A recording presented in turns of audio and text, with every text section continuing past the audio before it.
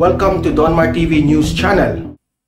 Okay, magandang umaga po sa inyong lahat. It's 8:30 in the morning here in the Philippines. Magandang umaga, magandang hapon, magandang gabi sa lahat ng mga heroes natin dyan, ng mga OFWs, and sa mga audience ko dito sa Pilipinas from Luzon, Visayas at Mindanao. Good morning po sa inyong lahat. Guys, grabe, may matindi tayong pag-uusapan tungkol kay Presidente Bongbong Marcos. Una, itatalakay natin itong good news na sinabi ni Presidente Bongbong Marcos na gusto niya may long-term solusyon sa mga bagyong mangyari sa Pilipinas. Okay? Yan ang pag-uusapan natin.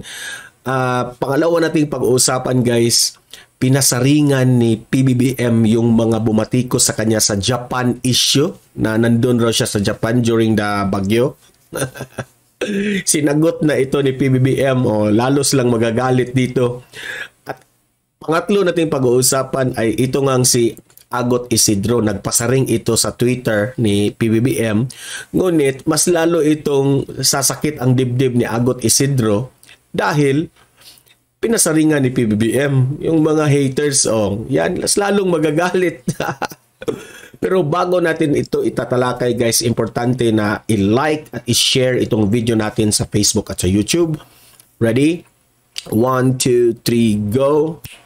Thank you very much. At itong Donmar TV sa Facebook at sa YouTube natin, please follow and please subscribe para lagi kayong updated sa mga balita tungkol kay PBBM. Okay? Sabay-sabay tayong follow and subscribe. 1, 2, 3, go! Thank you very much. Panoorin natin itong video, first video natin na itong si PBBM, no? May long-term, gusto niya gusto niya ng long-term solution sa mga bagyong paparating in the future, which is very good naman. Okay? At sa video rin na ito, ay sa last part ng video na to ay nagpasaring itong si PBBM sa kanyang mga haters, na yung mga bumabati ko sa kanya na nandun raw siya sa Japan. Okay? So, without further ado, i-play natin itong video. Okay?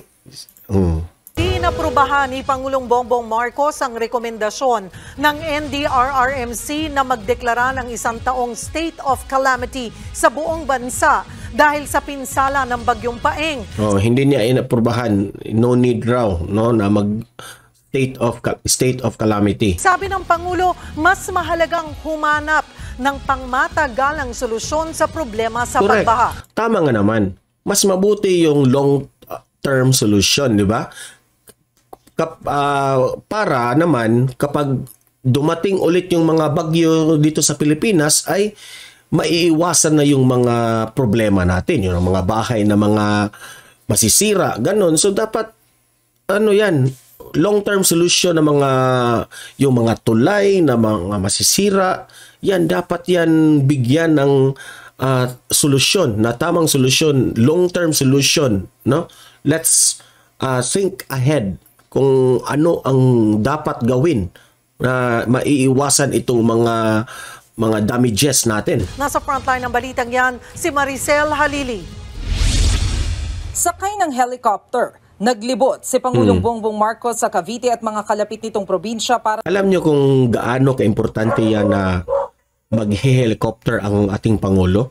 Dahil para makita niya yung aerial view ng nasalanta ng bagyo. Makikita niya kung ano ang dapat solusyon gawin, no? Kasi itong si Presidente Bongbong Marcos, hindi siya nagbigay ng solusyon na para sa ngayon. Okay? Gusto niya maiiwasan ito sa future na mangyari. Yung mga damages na nasalanta ng bagyo ba? tingnan ng lawak ng pinsalang idinulot ng Bagyong Paeng. Sa aerial inspection, kitang lubog pa rin sa baha ang maraming lugar sa Cavite. Pero kahit nakita na mismo ng Pangulo ang pinsala ng bagyo, hindi niya inaprubahan ang rekomendasyon ng NDRRMC na magdeklara ng isang taong state of national calamity dahil sa pinsala ng Bagyong Paeng. I don't think it's necessary. I came to that conclusion with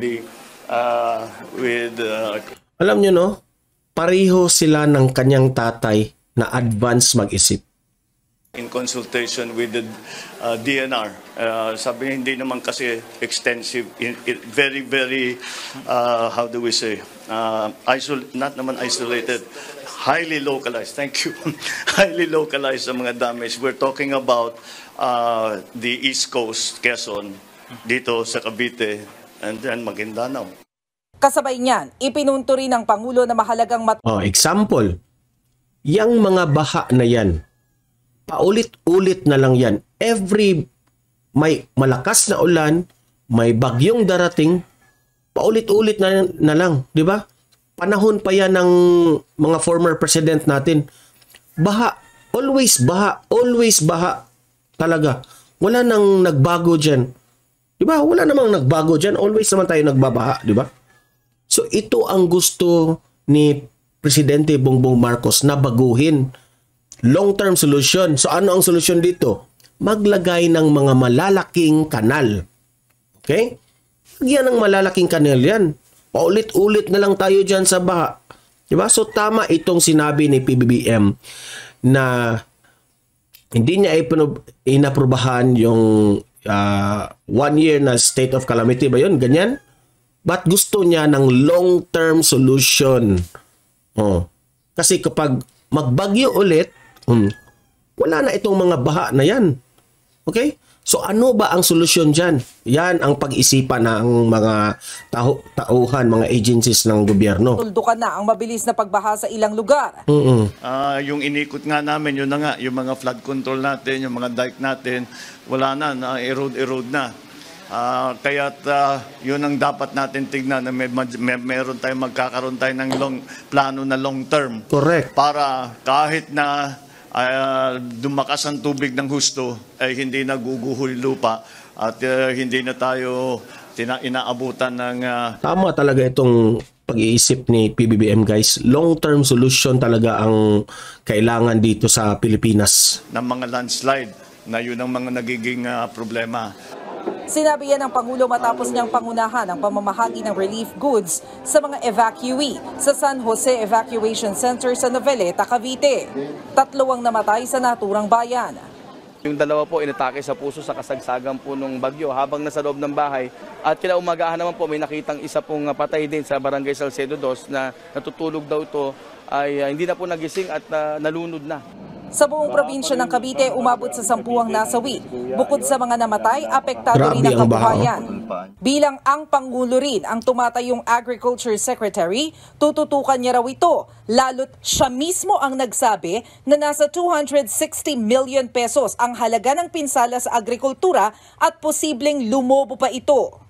So we have to see kung ano pang pwedeng buhayin, ano yung talagang hindi nakakayanin, and we will have to provide na naman kami ng inputs para sa agri-section.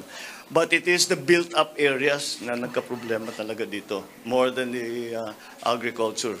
Bumisita si Pangulong Marcos sa Cavite matapos umugong sa social media ang balitang nasa Japan siya nitong weekend sa So ito na yung ating topic kahapon na binatikos itong si PBBM dahil nasa Japan raw siya sa panahon ng bagyo. O ayan, pumirit na itong si PBBM. O, panoorin natin ha, pakinggan nyo. Saga ng pananalasa ng bagyong Paeng. Nagbiro tuloy siya kanina. O, biniro ni PBBM para naman yung rest back niya sa mga bumabatikos. Na bago umalis sa evacuation center. Welcome to Hokkaido. Ayan. Sinabi niya, welcome to Hokkaido. Kasi pinagbibintangan siya na nasa Japan siya eh. Una na ring itinanggi ni Office of the Press Secretary Officer in Charge Sheloy Garafil na nasa Japan si Marcos nitong weekend. Nagbabalita mula sa frontline. So yan ha. Klarong-klarong wala sa Japan si PBBM. So,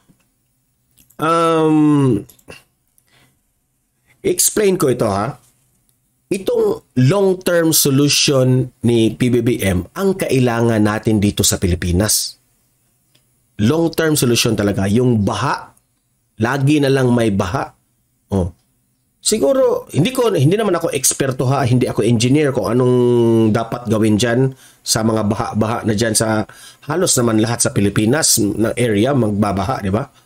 Ang sa akin lang, no, bakit ba sa labas, sa United States, sa Amerika, sa anong ibang bansa, hindi masyadong nagka-problema tungkol sa baha?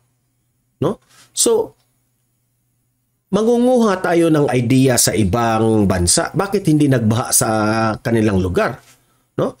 So sa akin lang, no, siguro maglagay tayo ng mga malaking kanal sa areas natin. 'Di ba? Yun lang. Sa akin lang 'yan. Pero I don't know kung ano yung solusyon dito, but tama itong sinabi ni PBBM na long-term solution. Okay? Yung mga landslide na 'yan, bakit every bagyo may landslide? So yan, solusyonan yan. By the time na magbabagyo ulit, maiiwasan na ito lahat. Di ba? Itong Japan issue na itong nabiniro ni PBBM, itong welcome to Hokkaido, that is a sarcastic way na niresback niya doon. Kasi itong mga bumabatikos kay PBBM na naggawa-gawa ng storya na nasa Japan raw siya, mga fake news yan na mga storya. Yan, instead na tumulong kayo, no? Hindi na kayo nahiya sa mga kababayan natin na biktima dito sa bagyo, gumagawa pa kayo ng mga issue, which is tumutulong na nga itong ating presidente, kayo pamumulitika lang na yung ginagawa. Di ba? So ayan, nirisbakan kayo ng presidente, mas lalo nga kayong magagalit dyan. Lagong sasakit yung dibdib nyo. Di ba?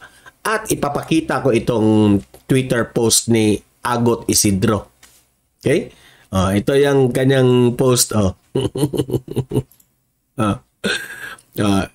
Agot Isidro sa kanyang Twitter. Japan, sagot sa kahirapan. October 30.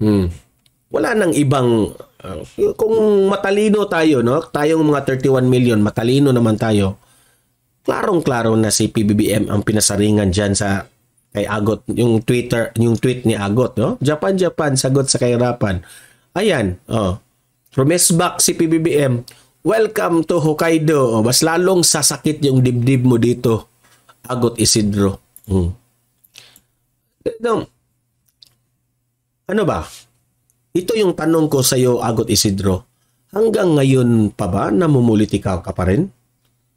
Hindi mo na inisip yung mga nawala ng buhay, na biktima sa bagyo ngayon? No, dapat iisipin mo bago ka mag-tweet ng ganyan. No? Nag-akusa kayo ni PBBM na nandun siya sa Japan, which is fake news yan.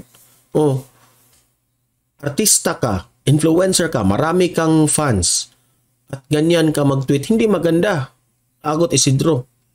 No?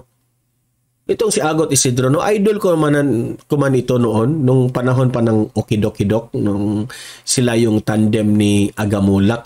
Sikat-sikat ni Agot Isidro noon eh. Idol ko to kasi maganda eh. No? Ngunit, ngayon, hindi lang ako pabor sa kanyang mga kanyang political views, no? Example ito na hanggang ngayon, no, nanalo na nga si PBBM, may lagi pa rin niyang binabanata, no, kagaya nito. Japan, sagot sa kahirapan. Yan ang sarcastic way yan na pag-tweet ni Agot Isidro. Kaya sarcastic rin, tinawanan na kayo ni PBBM, welcome to Hokkaido. So ayan, deserve kayong pariringgan ni PBBM kasi kayo yung unang kayo yung unang nang aapi ng Pangulo. Ayan, nagre-risback yung Pangulo. So patas-patas lang tayo, okay? So kayong mga audience ko dito, libre kayong mag-comment, mag-react tungkol dito sa sinabi ni Agot Isidro. Okay? Mag-comment, mag-react kayo kung anong masasabi nyo dito. At babasahin natin yan. Okay? Kung tama ba itong mga pasaring ni Agot at tama ba itong mga pasaring rin ni PBBM. Okay? So, guys, importante na i-like at i-share itong video na ito para kakalat ito sa taong bayan. And also guys, please subscribe and please follow Donmar TV sa ating Facebook at YouTube para lagi naman kayong updated sa mga balita natin tungkol kay Presidente Bongbong Marcos. Okay guys, so patuloy nating ipaglaban ang ating Presidente Bongbong Marcos at as what Vice President Inday Sara Duterte said, na mahalin natin ang Pilipinas always. Okay? Guys, see you in my next video. Have a great day and God bless everyone.